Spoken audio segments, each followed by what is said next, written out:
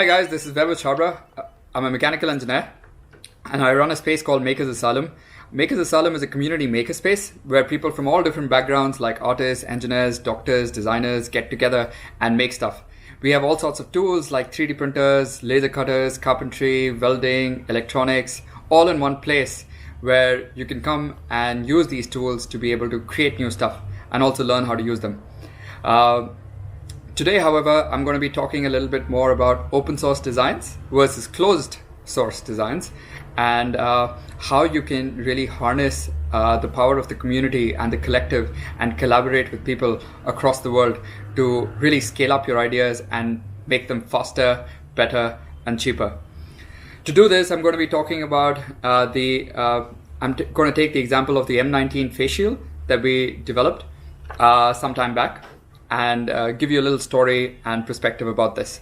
So to just very quickly talk about the face shield, when India went into a nationwide lockdown on the 23rd of March, we quarantined ourselves inside the lab to be able to create these simple PPE equipment, which are face shields for healthcare workers who were fighting against COVID-19. And the way we did that is by creating simple designs using a laser cutting machine and 3D printers inside Makers Asylum.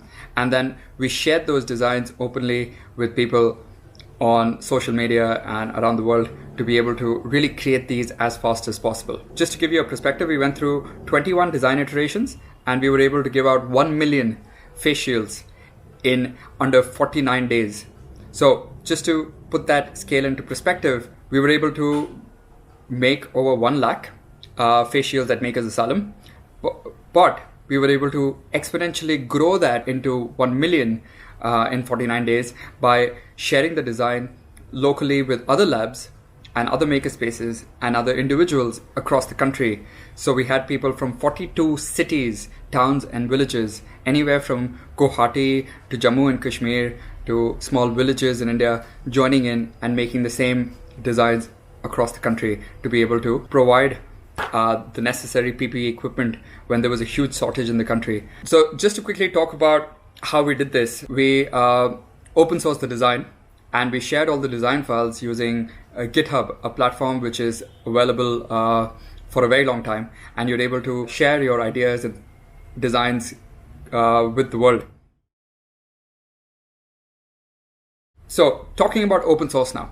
So when you have an idea or when you're able to create something, there are 2 ways to go about it. One, you hold on to your idea and you close sources. So what that means is that only the people in your team or only the people that you're with are able to work on that idea in a secretive, closed environment where they're able to create something and then push it out.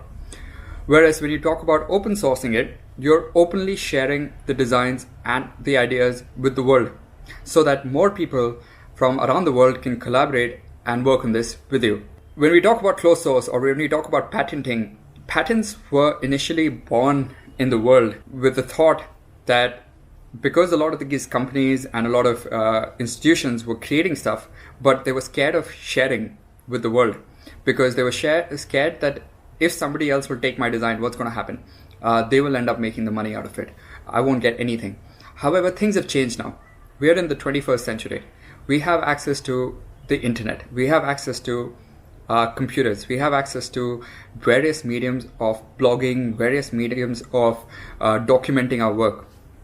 And as many of you would know, when you document something or when you openly share it in public domain, which is either via your website or via a blog with a date on it or a timestamp on it, nobody else can file a patent on it. So that means that when you have something available online, you're not able to file a patent on it. So the rights and the credits then belong to you, the original creator. In the case of open sourcing, one of the most biggest advantages of an open source ecosystem is that you have people from very different backgrounds in the world joining you to be able to create that.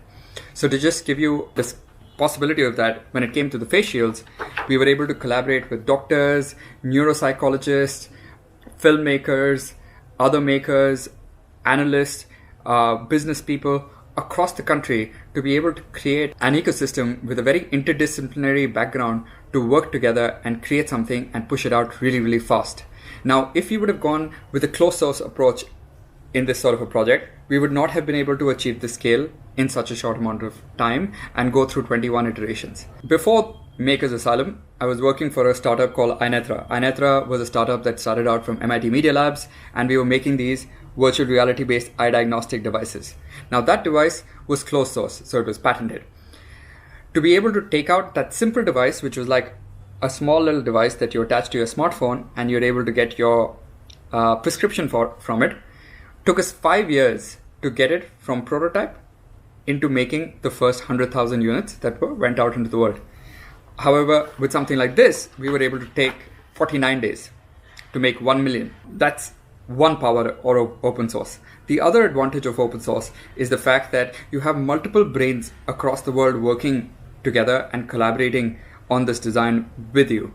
So what that means is when you start sharing your ideas and thoughts and people start making them in different parts of the world or different areas, they're also giving you feedback. Yes, they are copying, they will do that, but that's going to happen either which ways, even if you have a patented device. People can easily maneuver through those patents and create something which is similar to your product based on your idea and still monetize on it. However, in an open source environment, you're able to do that with a sort of a trust system in a way, and along with the fact that you have various licenses today, and one of the biggest ones being the open hardware license by CERN, which is the Large Hadron Collider in Switzerland. They've released an open source license which you can sort of use to be able to share your designs, so that if anyone is copying it, they have to give you back the credits. So as an innovator, you're still getting the credits, but you're also sharing so that you're having more scale and you're able to grow this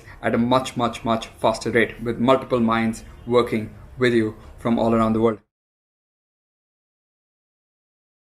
And at the end of the day, there are various examples that you can see that have led to beautiful successes. For example, a lot of you have heard about Tesla being open source or Tesla releasing their designs. Now, a big company like that releasing their designs is a strategic thing. With the help of open source, what they're able to do is they're able to bring the entire ecosystem of electric cars really, really fast in the world. So open sourcing made sense for them. Another example would be Arduino. Arduino is a simple circuit board which allows you to prototype electronic devices. Now that design is completely open source. You can create your own board as well, but you end up buying from Arduino most of the time. There are hundreds of other copies of Arduino that are there that you can also buy from. But at the end of the day, the world recognizes Arduino. Another good thing about the Arduino is the fact that because it's open source, a lot of people around the world have created a lot of content around Arduino, and that is available online openly. So you're able to go onto Arduino's website or just search on YouTube and get hundreds and thousands of projects which are open source and learn from them and build on top of them. So you're able to take other people's bricks of ideas and designs and then build on top of them incrementally and create very, very exciting projects. Another super exciting example is the iGEM Awards or the iGEM competition that started in Massachusetts. This was an open hardware related scientific experiment that was conducted, and a sort of a program where people from all around the world get together in Massachusetts and work on creating medical devices and all sorts of other research papers. Now, all of this is open source, and you can see how in the past 10 years, the quality of these projects incrementally increasing, one step at a time.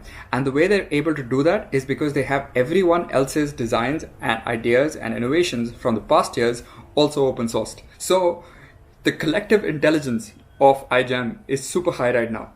Even scientists across the world are finding it hard to file their own papers because iGEM has already open sourced them. So do you see how big of a program iGEM has become? Because if scientists are not being able to file their papers because the fact that there are open source papers already existing by students in the world which are allowing students to collaborate and create really, really high level scientific papers. So I just wanted to put this out there and to show you the benefits of open sourcing your designs and collaborating with a large audience in the world and be able to scale your ideas from zero to many in a very short amount of time. And yep, that was today's lesson about open source versus closed. If you have any questions, I'm happy to answer and take it from there.